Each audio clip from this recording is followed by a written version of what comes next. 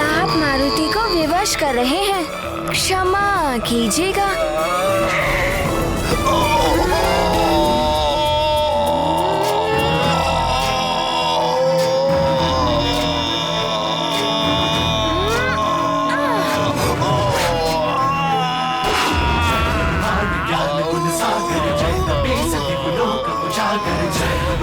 ज्ञान गुण सागर जय कपे सति लोक उजागर दूत अतुलित बल धामा अंजनी पवन सुत नामा वीर विक्रम बजरंगी कुमति निवार सुमति के संगी ज्ञान गुण सागर जय कपे सति लोक उजागर। ये क्या? इसने तो राहु जैसे वरदानी असुर को भी परास्त कर दिया।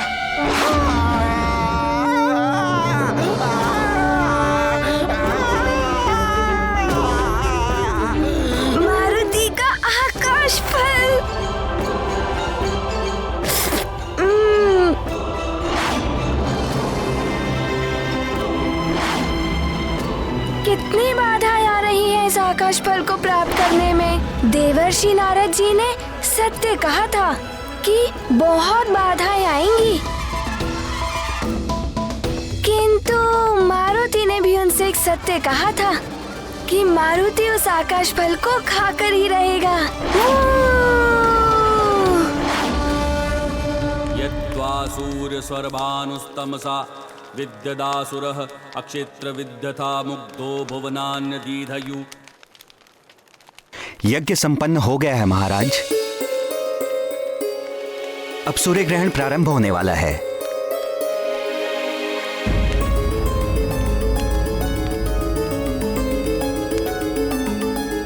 सैनिकों को तो अब तक मारुति की सूचना लेकर आ जाना चाहिए था।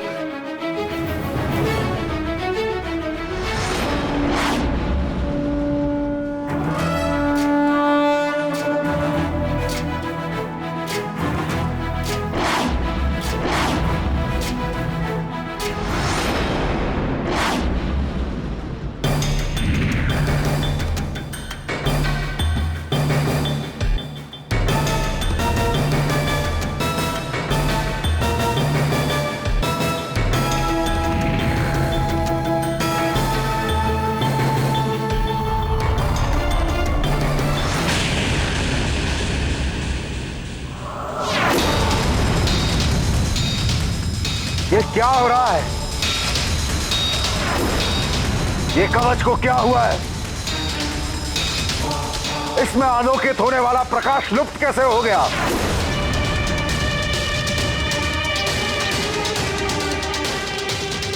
आश्चर्य है दशानन। ग्रहण का समय हो चुका है, किंतु ग्रहण अभी आरंभ नहीं हुआ। छाया भी अपने स्थान तक पहुंच चुकी है, किंतु ग्रहण का कोई लक्षण नहीं दिखाई दे रहा है।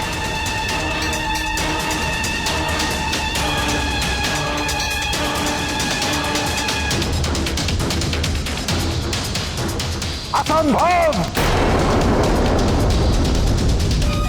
राहु द्वारा सूर्य को ग्रसने का समय व्यतीत होता जा रहा है। राहु, कहां हो तुम?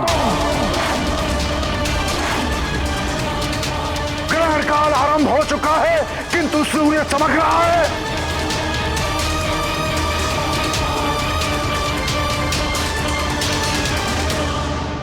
कहीं देवताओं ने फिर से छल तो नहीं किया? या राहु को रोकने की कोई नई युक्ति ढूंढ ली है?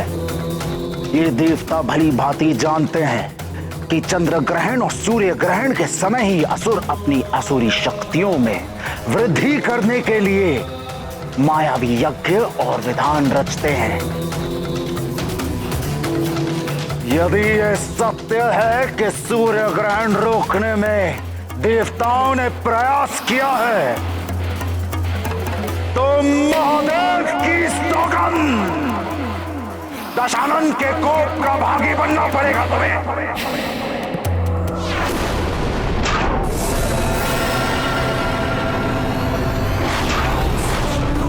बस यही दिखावा, विकट रूप धरि लंक जरावा, रूप धरि असुर सहारे, रामचंद्र के काज सवारे। जय हनुमान ज्ञान गुण सागर, जय कपीस तिहु लोक उजागर। पुरोहित जी, ये कैसे हो सकता है? पहले कभी नहीं सुना कि सूर्य ग्रहण अपने निर्धारित समय पर आरंभ ना हुआ हो। महाराज, वो युवराज। क्या हुआ मेरे पुत्र मारुति को? क्या हुआ मेरे लाल को? महारानी जी, युवराज के मित्रों ने बताया है कि युवराज सूर्य को आकाश का फल समझ के उसे खाने के लिए गए हैं। मारुति,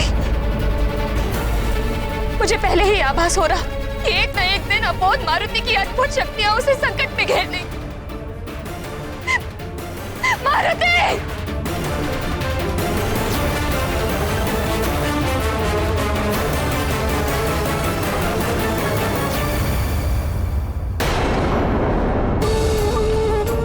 हे प्रभु, हे देवेश्वर, हे भोलेनाथ, हे कृपालु,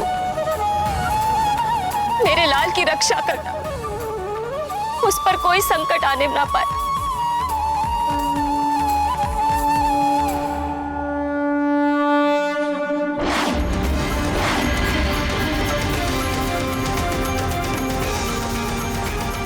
चल हुआ है मेरे साथ देवराज इंद्र, चल हुआ है राहु के साथ, संधि का उल्लंघन किया गया है।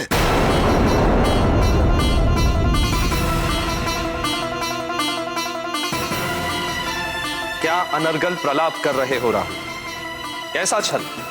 किस संधि का उल्लंघन? भूल गए देवराज इंद्र, स्मरण कीजिए। अमृत प्राप्ति के लिए समुद्र मंथन के वक्त देवताओं और दानवों के मध्य क्या संधि हुई थी? भली भांति स्मरण है हमें। देवों का नेतृत्व मैं ही कर रहा था। तुम सब असुर दैत्यराज बाली के नेतृत्व में दूसरी ओर थे। समुद्र मंथन के लिए मंदराचल पर्वत को मथानी बनाया गया था। वासुकी नाग ने रस्सी का कार्य किया था और नारायण ने कच्छप का रूप धर के मंदराचल की मथानी को अपनी पीठ पर धारण किया। समुद्र के गर्भ से सबसे पहले हलाहल विष निकला। उस हलाहल विष के प्रभाव से चारों ओर हाहाकार मच गया था। पूरा संसार विष के प्रभाव से नष्ट होने लगा था। नष्ट। तब महादेव ने उस विष को अपने कंठ में धारण करके संसार की रक्षा की और महादेव नीलकंठ कहलाए। अमृत प्राप्ति के लिए मंथन चलता रहा। इस मंथन से ऐरावत, कल्पवृक्ष, वारुणी, लक्ष्मी, चंद्र, कामधेनु, कौस्तुभमणि आदि अनेक रत्न निकले। और उनमें से कुछ रत्नों को आप देवताओं ने रखा था और कुछ को हम असुरों ने रखा था। मंथन के अंत में धन्वंतरी अमृत का कलश लिए निकले, किंतु तुम असुरों ने बलपूर्वक उनसे वो कलश छीन लिया। तब उस अमृत को देवताओं और असुरों में वितरित करने के विष्णुदेव को मोहिनी रूप धारण करना पड़ा। और ये मोहिनी रूप हम असुरों को अमृत से वंचित रखने की विष्णु की एक चाल थी और इस चाल को मैं भली भांति समझ गया था। इसलिए मैं देवताओं का रूप धारण करके सूर्य और चंद्रमा के मध्य जाके बैठ गया था। और कपट करके तुमने भी अमृत का पान कर लिया था। हाँ इंद्रदेव, किंतु सूर्य और चंद्र ने मुझे पहचान लिया और दंड स्वरूप विष्णुदेव को सुदर्शन चक्र से तुम्हारा शीश काटना पड़ा था। हाँ इंद्रदेव, और मेरा शरीर दो भागों में विभक्त हो गया था, परंतु अमृत पीने के प्रभाव से मेरे शरीर के दोनों भाग अमर हो गए थे। मेरा धड़ कहलाया केतु और ब्रह्मदेव ने मेरे शरीर के दोनों भागों को ग्रहों में स्थान दिया, किंतु तब भी मेरे मन से सूर्य और चंद्र के प्रति बैर की भावना समाप्त नहीं हुई थी। प्रतिशोध लेने की भावना से मैंने सूर्य और चंद्र पर लगातार आक्रमण करना आरंभ कर दिया। मैं उन्हें खा जाने को तत्पर था। इसीलिए तुम असुरों के साथ संधि करके तुम्हारे आत्मसंतोष के लिए हमने ये विधान बनाया कि पूर्णिमा और अमावस्या को तुम चंद्र और सूर्य को ग्रस सको। इस विधान के अनुसार आज मुझे सूर्य को ग्रसना था, परंतु आप देवताओं ने मेरे साथ छल किया है, मुझे सूर्य को ग्रसने से रोका है। ये एक अन्याय है जो एक नए देवासुर संग्राम का कारण बन सकता है। ये क्या कह रहे हो राहु? समुद्र मंथन के समय से लेकर आज तक कभी भी किसी ने तुम्हें सूर्य या चंद्र को ग्रसने से नहीं रोका। फिर आज तुम ये कैसे कह रहे हो कि हमने उस संधि का उल्लंघन किया है? आप देवों ने किसी वानर बालक को भेजा है जिसने मुझे सूर्य तक पहुंचने ही नहीं दिया। धक्का देकर भगा दिया उसने मुझे।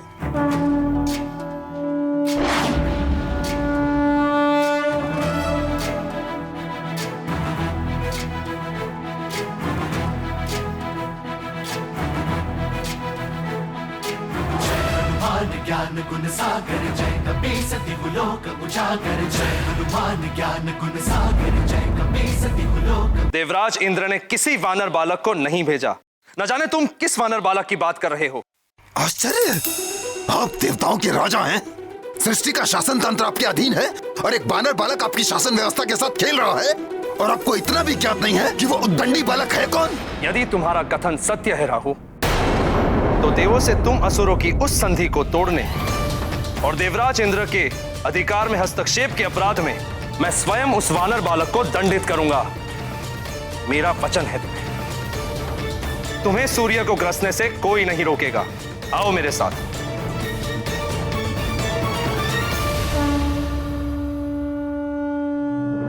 अच्छा, तो ये है वो आकाश फल।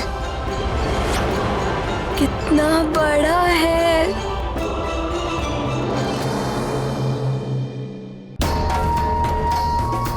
यदि इस बालक ने मुझे अपना ग्रास बना लिया तो देवों, असुरों और समस्त जगत के सामने मैं हास्य का पात्र बन जाऊंगा।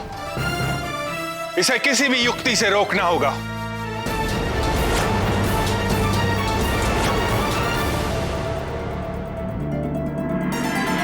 नारायण नारायण।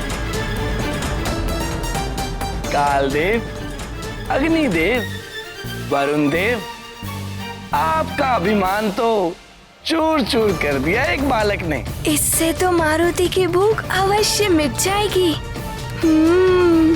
सूर्य देव, अब आप भी सजग हो जाइए। ये मुझे निगल नहीं पाएगा। भले ही इसने कालदेव को अपना देव विस्तारित करके पराजित किया था, किंतु मेरे साथ इस बालक का ऐसा करना असंभव है। अब तो मारुति इसे खाकर ही रहेगा। मेरा विस्तार तो बहुत अधिक है। इतना दूर आना पड़ा मारुति को इसे खाने के लिए। मारुति का आकाश फल, ये तो बड़ा ही अद्भुत है। मारुति अभी ये खाएगा। किंतु इतने बड़े आकाश फल को खाने के लिए तो मारुति को अपना आकार भी बढ़ाना पड़ेगा।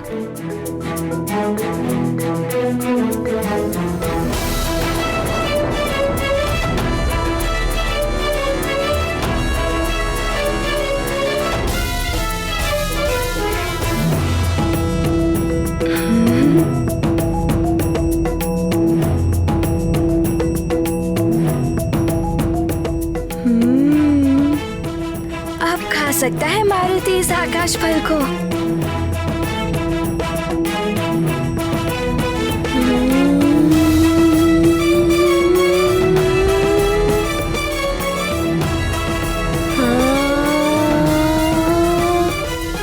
ये आकाश फल तो बढ़ रहा है।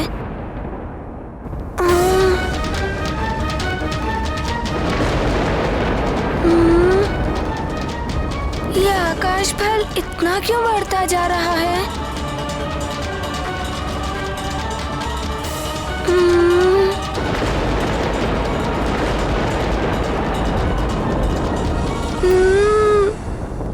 अरे ये तो बढ़ता ही जा रहा है।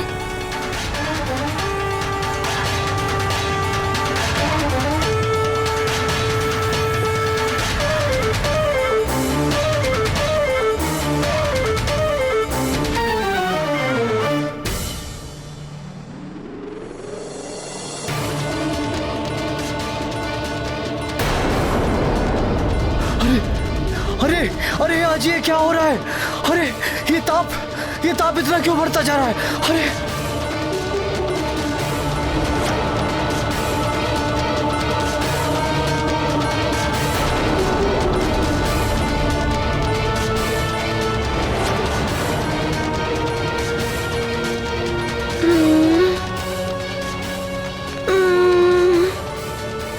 क्या करे मारुति? इसे तो पता है कि मारुति को कितनी तीव्र भूख लगी है, इसीलिए ये बड़ा हो रहा है। देवर्षि नारद जी ने तो बड़ा ही अच्छा फल दिखाया है।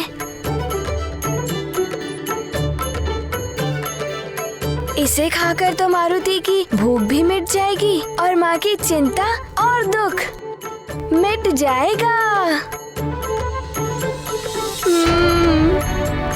अब तो मारुति को इस आकाश फल को खाने के लिए अपना आकार और अधिक बढ़ाना पड़ेगा।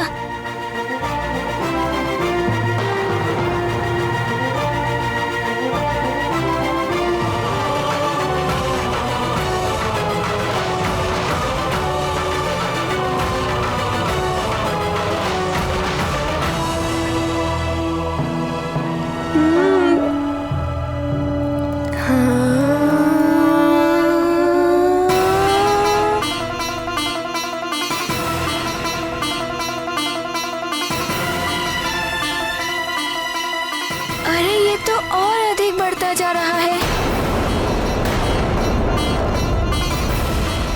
अरे ग्रहण तो हुआ नहीं और सूर्यदेव का ताप भी असहनीय हो गया है। हाँ, ताप तो बढ़ता ही जा रहा है। इस सूर्य का ताप तो बढ़ता ही जा रहा है। प्रलय तो नहीं आने वाला है। यहाँ प्रलय तो नहीं आने वाली है।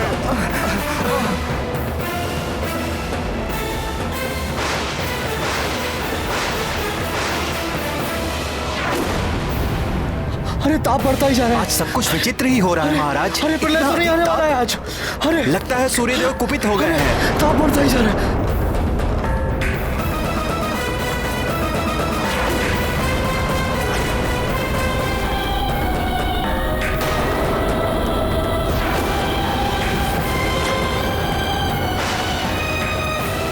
ये तो प्रलय के लक्षण दिखाई दे रहे हैं। मारुति! कहाँ हो तुम पुत्र?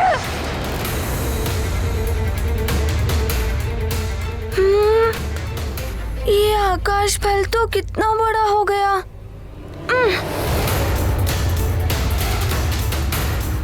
हे सूर्यदेव, ये ताप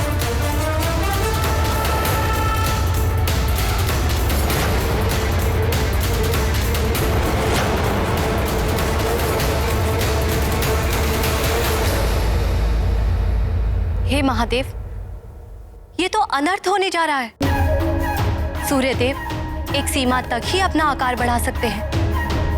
अपनी मर्यादा से अधिक आकार बढ़ाएंगे तो उनमें विस्फोट हो जाएगा। वे स्वयं खंडित हो जाएंगे और खंडित हो जाएगा उनका सूर्यलोक। असमय ही सृष्टि में प्रलय आ जाएगी महादेव।